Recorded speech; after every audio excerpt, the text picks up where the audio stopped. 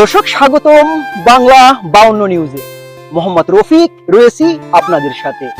দেখানোর চেষ্টা করব ইতালির আনকোনার একটি আলোকিত টুরিস্ট পয়েন্ট এবং পার্ক।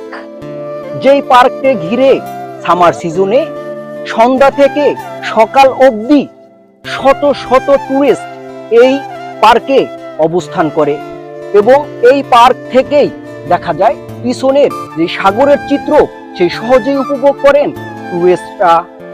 তারই ধারাবাহিকতায় এখানে জুন, জুলাই আর আগস্ট মাসের প্রায় প্রতি রাতেই এখানে থাকে জাঁকজমক একটি পরিবেশ। এ সকল আনন্দ উল্লাসে মেতে ওঠেন ইতালিয়ান সহ দেশটিতে ঘুরতে আসা টুরিস্টরা। প্রিয় দর্শক, সামার সিজনে কিছু ইউরোপিয়ানদের দেখা যায় তারা আধুনিক গাড়ি করে ঘুরে বেড়ান ইউরোপের বিভিন্ন সিটি। এ সকল গাড়িগুলোতে বাথরুম, কেচিং রুম সহ রয়েছে বিভিন্ন সুযোগ সুবিধা। কেউ বা মোটরসাইকেল নিয়ে চষে বেড়াচ্ছেন ইউরোপের বিভিন্ন দেশ। প্রিয় দর্শক, এই পার্কটি আনকোনা শহরের খুবই কাছাকাছি একটি এলাকা।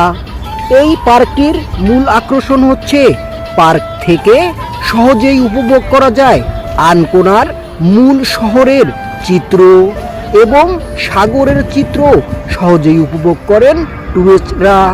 প্রিয় দর্শক, সামারের প্রতি রাতেই এখানে কনসার্টের আয়োজন করেন। দিনের বেলায় স্থানীয় ইতালিয়ান সহ ঘুরতে আসেন ফ্যামিলি ট্যুরিস্ট।